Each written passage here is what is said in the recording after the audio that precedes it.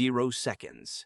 The Alpine Fault runs more than 375 miles along New Zealand's South Island, tracing the base of the Southern Alps almost from end to end. Most major faults rupture in segments. One piece breaks, the rest waits.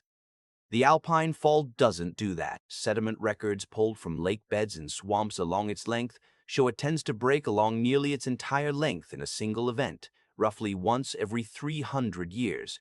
The last full rupture was 1717. New Zealand's own Geological Hazard Agency has publicly stated the probability of a major rupture in the next 50 years sits around 75%, one of the most confident, specific earthquake forecasts made anywhere in the world. This is not a hypothetical. It's a scheduled event with an unknown date. 1 second later, the rupture initiates and begins tearing outward in both directions at once, unzipping locked crust at roughly 2 miles per second. Along the fault's trace, the two sides of the island are displacing horizontally. Past ruptures have offset the landscape by roughly 8 meters in a single event, enough to move a riverbed sideways and leave it permanently misaligned. Anyone standing on the west coast at this moment doesn't experience a distant earthquake arriving. They're standing on top of the source. 5 to 10 seconds later, the Southern Alps begin to fail. These are among the youngest and fastest rising mountains on Earth, built by this exact fault, made of heavily fractured rock on extremely steep slopes, terrain that is barely stable on a calm day. Thousands of landslides release simultaneously across hundreds of miles of mountain range. Some are enormous. Several are large enough to completely block major river valleys within seconds, forming natural dams hundreds of feet high out of loose rock and debris. Franz Josef, Fox Glacier, and Haast, towns strung along the fault's length, don't experience this in sequence. They experience it all at once. 30 seconds later, State Highway 6, the single road that connects most of the west coast to the rest of the country, is severed in dozens of separate places at the same time. Not damaged, severed, buried under slides, dropped into gaps where the ground offset, or washed out where slides blocked and redirected rivers. The West Coast's road network was never redundant. There was one main route, a few mountain passes, and the assumption that if one closed, you'd use another. All of them are gone in the same 30 seconds.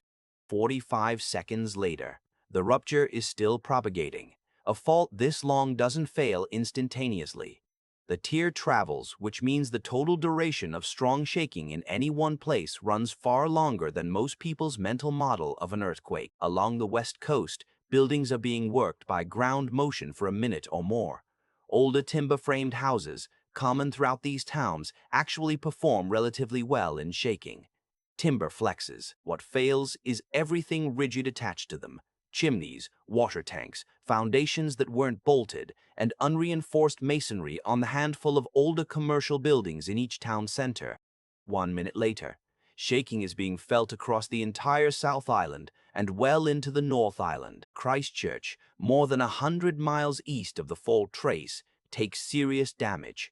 A city still living with the consequences of its own 2011 earthquake, which killed 185 people and demolished its central business district. A rupture spanning hundreds of miles radiates strong ground motion far beyond its immediate path, and Christchurch soil conditions amplify it. Hydroelectric dams across the South Island go into emergency shutdown pending inspection. Roughly 60% of New Zealand's electricity comes from hydro, much of it generated in exactly this terrain. 5 minutes later, West Coast communities are now cut off from the rest of the country by land, and this is not a surprise to anyone in emergency management. New Zealand's Civil Defense Agency has modeled this precise scenario for years under a coordinated planning program because the isolation isn't a worst case, it's the expected outcome. Towns of a few hundred people that depend on a single highway for food, fuel, and medical evacuation now have no ground route in either direction and won't for weeks at minimum. 15 minutes later, the landslide dams formed in the first 10 seconds are now holding back rivers that haven't stopped flowing. Waters rising behind loose rock walls that were never engineered, have no spillway, and could fail at any moment. This is the second disaster, stacked on top of the first. Downstream valleys are now sitting below reservoirs that didn't exist a quarter of an hour ago. New Zealand has seen this before on a smaller scale. The 1929 Murchison earthquake created landslide dams that failed later and flooded valleys downstream. Emergency crews are already trying to get eyes on the largest sites, but every one of them is now unreachable by road. 1 hour later, the first aerial reconnaissance flights get airborne, and the images coming back to Wellington show a mountain range that looks fundamentally different than it did that morning. Entire hillsides are missing. River valleys have new lakes. Sections of highway simply aren't there. In Wellington itself, across the strait, buildings swayed hard enough to send people into the streets, and the country's government is now coordinating a response to an event affecting a geographic area larger than any disaster in its modern history. Several hours later, the New Zealand Defence Force begins large-scale helicopter and naval resupply, treating the west coast the way you treat an island chain cut off by a hurricane, because functionally, that's what the terrain has become. Every delivery of food, water, fuel, and medical supplies has to fly or sail in.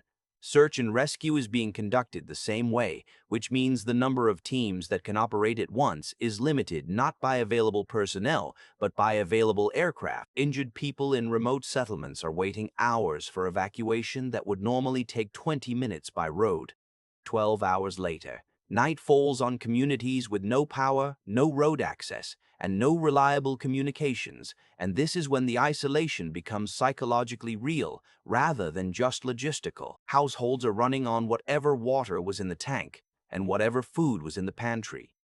Generators are running where they exist, and the fuel to keep them running has to be flown in. Anyone with an untreated medical condition, anyone dependent on refrigerated medication, anyone in the middle of a pregnancy, these become the priority evacuation list, assembled by radio where radio still works and by physical door knocking where it doesn't.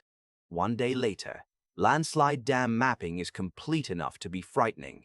Dozens of new lakes have formed, and engineers are ranking them by failure risk and by what sits downstream. Evacuation orders go out to any settlement below a flagged dam, delivered in some places by helicopter loudspeaker, because radio repeaters and cell towers in those valleys no longer function. Residents are being told to leave low ground immediately, on foot if necessary, without being able to see the threat they're leaving for. 3 days later, international urban search and rescue teams arrive from Australia. Engineering assessment teams begin the slow work of deciding which landslide dams need controlled breaching and which can be left to stabilize, and every single assessment requires physically reaching remote, unstable, roadless terrain. Aftershocks are constant, and each significant one remobilizes slopes that were left barely holding after the main shock, meaning routes cleared yesterday are blocked again today. 1 week later, tourism, one of the South Island's largest industries, has stopped completely. Towns built almost entirely around visitor traffic to the glaciers have no economy to return to, layered on top of physical destruction of the towns themselves. Insurance and national disaster systems are activated at a scale not seen since Christchurch. But Christchurch was one city, and this is a region spanning most of an island. New Zealand's earthquake insurance model, unusual internationally in that a government scheme provides baseline cover to homeowners, is facing claims across a geographic footprint it has never been tested against. 2 weeks later, controlled breaching operations begin on the highest-risk landslide dams, releasing impounded water gradually to prevent a sudden catastrophic failure later. Even a successful controlled release sends debris-choked floodwater downstream, damaging what farmland and infrastructure survives the rupture. Farmers who lost fencing, irrigation, and entire paddocks to slides in the first minute now watch floodwater finish the job. Others are running out of feed for stock they can't move because the roads to move them on don't exist. 2 weeks later, continued the power problem. The hydroelectric question becomes a national one. Several South Island generation stations remain offline pending structural certification of dams, penstocks, and canals, and the national grid is being balanced by running North Island thermal generation harder than planned. Electricity pricing spikes. Industrial users are asked to curtail. It's a reminder that a fault rupture in a remote mountain range reaches into every household in the country through the wires, even where nothing shook hard enough to crack a window. 3 weeks later, the economic scale becomes clear.